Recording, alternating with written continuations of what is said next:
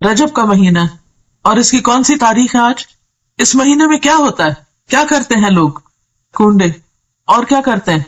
روزہ رکھتے ہیں اور ساری رات جاگتے ہیں اور کیا کرتے ہیں؟ آتش بازی بھی کرتے ہیں، نفل پڑھتے ہیں، قبرستان جاتے ہیں. آپ کو تو بہت معلومات ہے ماشاءاللہ. پوریاں بناتے ہیں، حلوہ پوری، حلوہ کھاتے بھی ہیں، سیر کو بھی جاتے ہیں، کھاتے پیتے بھی ہیں، عبادت بھی کرتے ہیں اور قربانی بھی کرتے ہیں اور مردوں کی عید بھی کہتے ہیں. حضرت امام جعفر کا ختم کرتے ہیں اور کیا کرتے ہیں؟ بس اتنا کچھ. پورا منتھ روزہ رکھتے ہیں. تو آپ کے ان جوابات سے یہ معلوم ہوتا ہے کہ آپ ماشاءاللہ بہت کچھ جانتے ہیں رجب کے بارے میں پہلے سے ہی. تو کافی ہے اتنا جاننا یا مزید بھی کچھ جاننا چاہیے؟ کیا معلوم اس سے علاوہ بھی کچھ کرنے کا کام ہو؟ تو بات یہ ہے کہ ضروری نہیں کہ جو کچھ لوگ کرتے ہوں وہ سب ٹھیک ہی ہو اور اس کے پیچھے کوئی دلیل ہی ہو اور وہ دین کا حصہ ہو.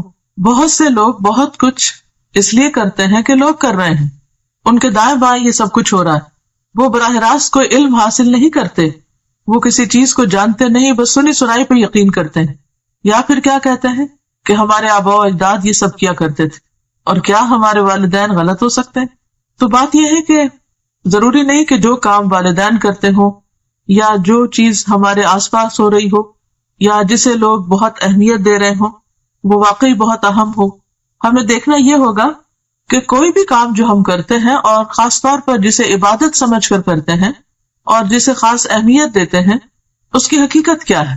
اس وقت میں رجب اور شب معراج کا پمفلٹ جو اسلام آباد الہدا نے چھاپا ہے اس کو فالو کروں گی اور آپ لوگ بھی اپنے سامنے ٹیکسٹ کھول سکتے ہیں تاکہ ساتھ ساتھ آپ دیکھتے بھی جائیں جو میں بول رہی ہوں. اور ہو سکتا ہے کہ آپ کو بھی کسی کو پڑھ کر سنانا پڑے تو آپ کو پھر پروننسیشن ٹھیک ہونا چاہیے. جو الفاظ میں کوٹ کر رہی ہوں اس میں عربک کے خاص طور پر ان کو صحیح طور پر ادا کرنا آنا چاہیے. اور پھر سب سے بڑی بات یہ کہ جب دلیل انسان صرف کانوں سے سنتا نہیں آنکھوں سے دیکھتا بھی ہے تو یقین کا درجہ بڑھ جاتا ہے، عین الیقین ہو جاتا ہے. رجب اور شب معراج. رجب اسلامی کیلنڈر کے حرمت والے مہینوں میں سے ایک ہے جسے رجب المرجب بھی کہتے ہیں. رسول اللہ صلی اللہ علیہ وسلم نے فرمایا سال 12 مہینوں کا ہے جن میں سے 4 حرمت والے ہیں، 3 پے در پے یعنی ایک کے بعد ایک، اور وہ کیا ہے؟ ذوالقعدہ، ذوالحجہ اور محرم، اور رجب جو جمادی الاخر اور شعبان کے درمیان ہے. یہ صحیح بخاری کی حدیث ہے کتاب بدء الخلق. تو اس سے پتہ چلتا ہے کہ مہینوں کی تعداد اور مہینوں کی گنتی جو ہے یہ اللہ تعالیٰ نے مقرر فرمائی ہے اور ان میں سے 4 کو حرمت والا بنایا ہے. حرمت والے کا مطلب کیا ہے؟ احترام والا، قابل احترام، کہ جب یہ مہینے شروع ہو تو کسی قسم کی لڑائی جھگڑا فساد نہ کیا جائے، قتل و غارت نہ کی جائے، ہر طرف امن امان ہو. عربی میں رجبہ کا معنی ہے تعظیم کرنا اور مرجب معظم کے معنوں میں آتا ہے یعنی عظمت والا. اس کو رجب مضر بھی کہتے ہیں. مضر عربوں کے ایک قبیلے کا نام ہے جس نے دور جاہلیت میں خاص طور پر اس ماہ کی حرمت کا اہتمام کیا، یعنی وہ اس مہینے کو بہت اہمیت دیا کرتے تھے. اسی نسبت کی بنا پر اسے ان سے منسوب کر دیا گیا. اسلام سے قبل دور جاہلیت میں قتل و غارت عربوں کا مشغلہ تھا، لیکن جو ہی حرمت والے مہینے آتے تو ہتھیار اتار دیتے، یعنی لڑنا جھگڑنا بند کر دیتے. لہذا رجب کے بارے میں قبل از اسلام جاہلی عرب کہا کرتے تھے رجب منسل الاسنہ، رجب وہ ہے جو تیز ہتھیاروں کو اتار دے، یعنی جس میں لڑائی جھگڑا بند ہو جائے، ختم ہو جائے، یعنی اس کی تعظیم اور احترام لازم ہے.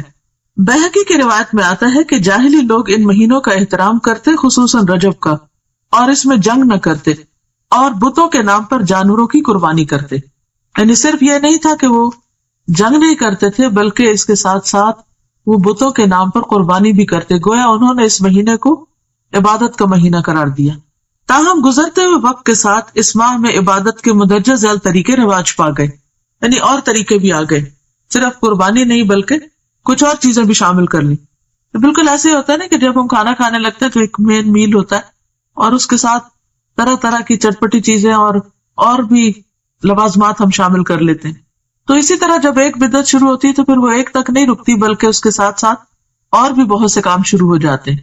کیونکہ اللہ کی طرف سے جو دین آتا ہے بندے کے لیے اس پر تو بندہ مطمئن ہو جاتا ہے، وہ تھوڑا بھی کافی ہو جاتا ہے. لیکن جب انسان خود سے کوئی دین ایجاد کرنے لگتا ہے اور پھر ہر شخص دین کو اپنے ہاتھ میں لے لیتا ہے تو پھر اس کی کوئی حد نہیں ہوتی، آپ کہیں پر سٹاپ نہیں لگا سکتے۔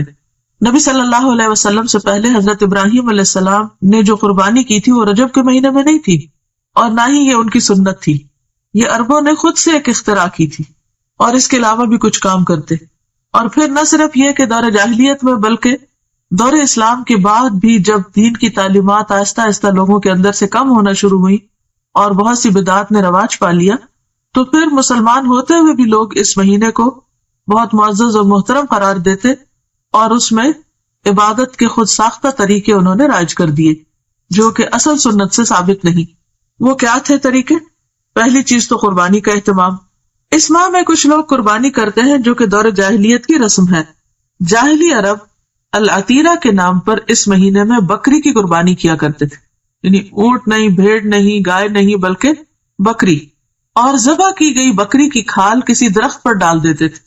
اسے رجبیتن، رجب والی قربانی کہا جاتا، یعنی جس بکری کی کھال درخت پہ لٹکی ہوتی تو اس سے لوگوں کو کیا پتا چلتا کہ یہ رجب والی قربانی ہے، یعنی مزید اہتمام کر لیا۔ ایک تھے کہ قربانی کی، پھر یہ کہ قربانی بکری کی، پھر یہ کہ اس کی کھال درخت پر۔ اب ان باتوں کا دین سے کیا تعلق ہے؟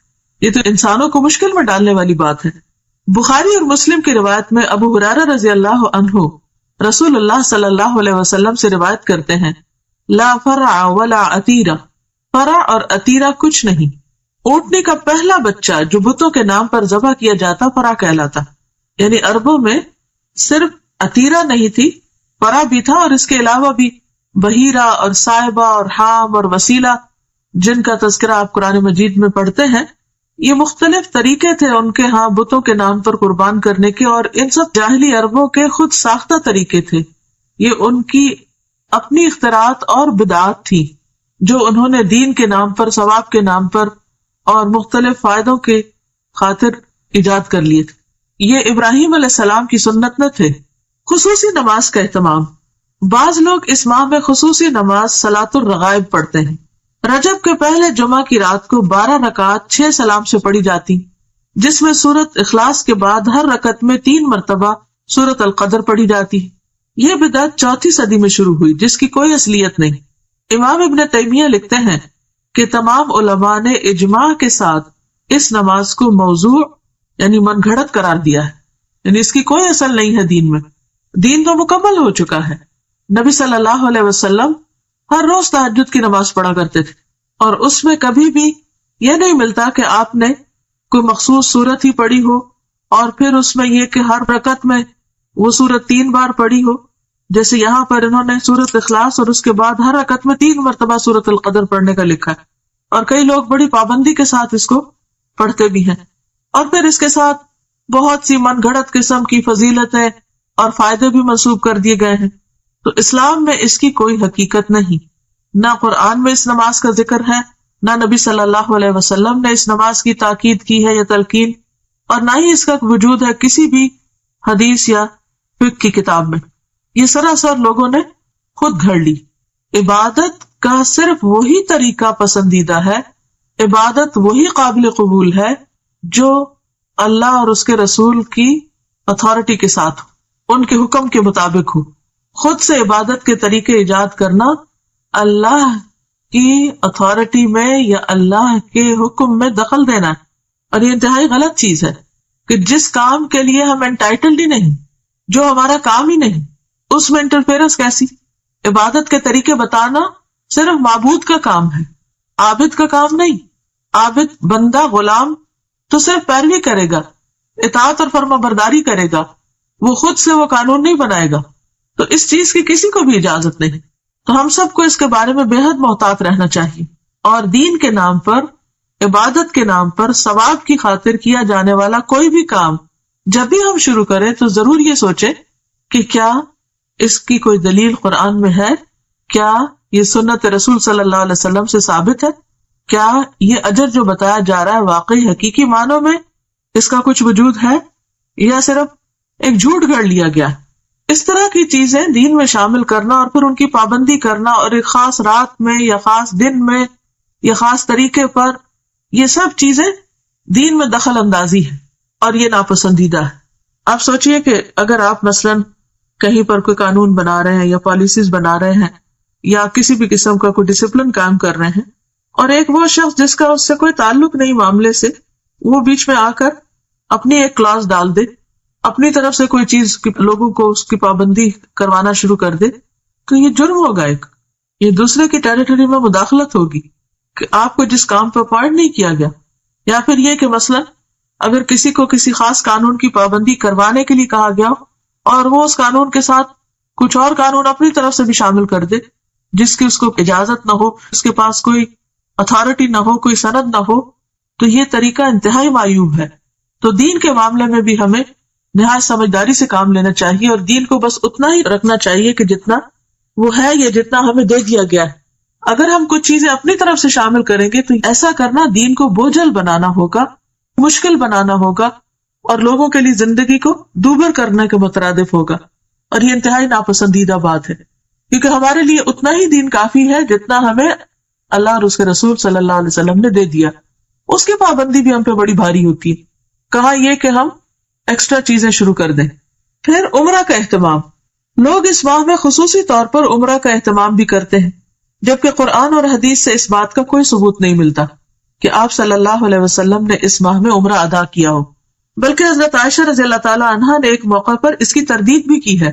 عروہ بن زبیر سے روایت ہے کہ میں نے عائشہ رضی اللہ تعالی عنہا سے اس کے بارے میں پوچھا تو فرمایا، ما اعتمر رسول اللہ صلی اللہ علیہ وسلم فی رجب قط، صحیح بخاری، رسول اللہ صلی اللہ علیہ وسلم نے رجب میں کبھی بھی عمرہ ادا نہ فرمایا۔ تو اس لیے اگر کوئی ویسے اپنے عمرہ ٹرپ پہ جا رہا ہے تو ضرور جائے، نیکی کا کام ہے، لیکن خاص طور پر رجب کے مہینے کو مخصوص کرنا اور پھر سال بھر انتظار کرنا کہ رجب آئے گا تو ہم پھر عمرہ کرنے جائیں گے، یہ غلط بات ہوگی۔ یا یہ سوچ کر کہ یہ نبی صلی اللہ علیہ وسلم کی سنت کی پیروی ہے تو یہ بھی غلط ہوگا۔ یعنی رجب میں عمرہ کرنا منع نہیں، لیکن یہ سوچ کے کرنا کہ اس میں اجر زیادہ ہے یا یہ نبی صلی اللہ علیہ وسلم کا طریقہ ہے تو یہ بات غلط ہوگی، ناپسندیدہ ہوگی، تو اس سے بچنا چاہیے۔ پھر وہ عمرہ نہیں رہے گا، بدعت کا ایک کام ہو جائے گا جس پر انسان کی پوچھ ہو سکتی، کیونکہ حدیث میں صاف طور پر آتا ہے نا کہ کل محدثۃ بدعہ، ہر نئی ایجاد کی ہوئی چیز بدعت ہوتی، وکل بدعۃ ضلالہ، اور ہر بدعت گمراہی ہے، وکل ضلالۃ فی النار، اور ہر گمراہی آگ کی طرف لے جاتی۔ یعنی جس چیز کو اللہ نے ہمارے لیے مقرر نہیں کیا اور جس پر کوئی ثواب نہیں بتایا، اس پر کسی انسان کو یہ حق نہیں کہ وہ لوگوں کو ثواب بتا کر اس پر پابند کرے۔ پھر روزوں کا اہتمام، بعض لوگ اس ماہ میں خصوصی روزوں کا اہتمام کرتے ہیں۔ صحیح روایات سے پتہ چلتا ہے کہ آپ نے کبھی مسلسل 3 ماہ رجب، شعبان اور رمضان روزے نہ رکھے اور نہ اس کی تاکید کی۔ شعبان اور رمضان کا تو ملتا لیکن رجب کو آپ نے ساتھ نہیں ملایا۔ بعض لوگ 27 رجب کا روزہ رکھتے ہیں اور اس روزے کو عام دنوں کے روزوں سے افضل سمجھتے ہیں، یعنی خاص طور پر 27 تاریخ کے روزے کا اہتمام، یہ بھی درست نہیں۔ متعدد احادیث سے نبی کریم صلی اللہ علیہ وسلم کا مخصوص دنوں یا تاریخوں میں نفلی روزوں کا اہتمام کرنا ثابت ہے، یعنی ایسا نہیں کہ کوئی دن اور مقرر نہیں، اور دن ہے مقرر، لیکن وہ آپ صلی اللہ علیہ وسلم نے خود کیے ہیں۔ آپ کے بعد کسی اور کو اجازت نہیں کہ وہ لوگوں کے لیے دن مخصوص کر دے کہ اس دن لازمی روزہ رکھنا ہوگا اور اس کا ثواب زیادہ ہوگا۔ متعدد احادیث سے نبی کریم صلی اللہ علیہ وسلم کا مخصوص دنوں یا تاریخوں میں نفلی روزوں کا اہتمام کرنا ثابت ہے، جیسا کہ ایام 20 میں ہر قمری مہینے کی 13، 14، 15 تاریخ، 20 ان کو اس لیے کہتے ہیں کہ یہ چاند کی وہ راتیں ہوتی ہیں جس میں ہر طرف چاندنی پھیلی ہوئی ہوتی ہے اور ہر چیز سفید نظر آتی ہے ایک طرح سے، تو 20 جو ہے ابیت سے، یا ہر سوموار اور جمعرات کو، یہ بھی مسنون ہے کیونکہ آپ نے اس کا اہتمام کیا۔ ذوالحجہ کے ابتدائی عشرے میں پہلے 10 دن یعنی 9، 10 محرم کو ابتدائی عشرے میں، یعنی اس کا مطلب نہیں کہ 10 تاریخ تک، 10ویں تاریخ کو تو عید ہوتی ہے، یعنی 9 تاریخ تک مراد ہے، 9، 10 محرم کو، یا پھر کثرت سے ماہ شعبان میں، ان تمام کے بارے میں صحیح اور مستند احادیث ملتی ہیں، لیکن 27 رجب کے روزے کے بارے میں کوئی روایت نہیں ہے۔ لہٰذا اگر کوئی خصوصی طور پر اس دن کا روزہ رکھتا ہو تو اس کا روزہ تو ہو سکتا ہے، مگر یہ عمل مسنون نہیں ہوگا بلکہ بدعت شمار ہوگا۔ قرآن کریم میں ارشاد ربانی ہے، یا ایھا الذین آمنوا لا تقدموا بین یدی اللہ ورسولہ، الحجرات آیت 1۔ اے لوگو جو ایمان لائے ہو، اللہ اور اس کے رسول سے آگے نہ بڑھو۔ عمر رضی اللہ عنہ اس ماہ میں نہ صرف یہ کہ روزہ رکھنے سے منع کیا کرتے تھے، بلکہ لوگوں کے ہاتھوں پر ہاتھ مار کر مجبور کرتے کہ وہ روزہ توڑ دے، کیونکہ ماہ رجب کی تعظیم اور اس میں روزہ رکھنا دور جاہلیت کی رسم تھی۔ یہ مصنف ابن ابی شیبہ کی روایت ہے۔